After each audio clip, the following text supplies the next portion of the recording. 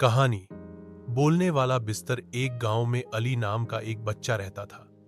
अली बहुत शरारती था और हर समय खेल कूद में लगा रहता।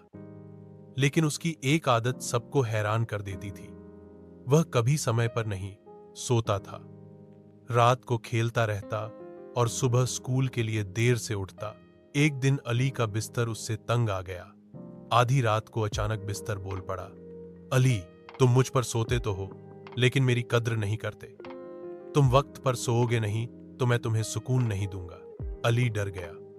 उसने आंखें मले और कहा, यह ख्वाब है या हकीकत? बिस्तर ने हंसकर जवाब दिया, यह हकीकत है। मैं चाहता हूं कि तुम समय पर सो ताकि तंदुरुस्त और खुश रहो, वरना मैं तुम्हें कांटे की तरह चुभने लगूंगा। अगली रात अली ने फिर देर करने की कोशिश की, लेकिन जैसे ही वह बिस्तर पर लेटा, बिस्तर हिलने लगा और बोला, जल्दी सो जाओ, वरना तुम्हें नींद के देश में जाने नहीं दूंगा। अली ने घबराकर जल्दी से आंखें बंद कर लीं और सो गया। कुछ दिन बाद अली समय पर सोने का आदी हो गया। वह तंदुरुस्त, खुश और हर रोज स्कूल के लिए तैयार रहता। अब बिस्तर शांत हो गया क्योंकि उसने अपना मकसद पूरा कर लिया था।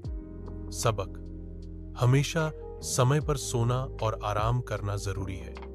स्वस्थ जीवन अच्छी नींद से शुरू होता है।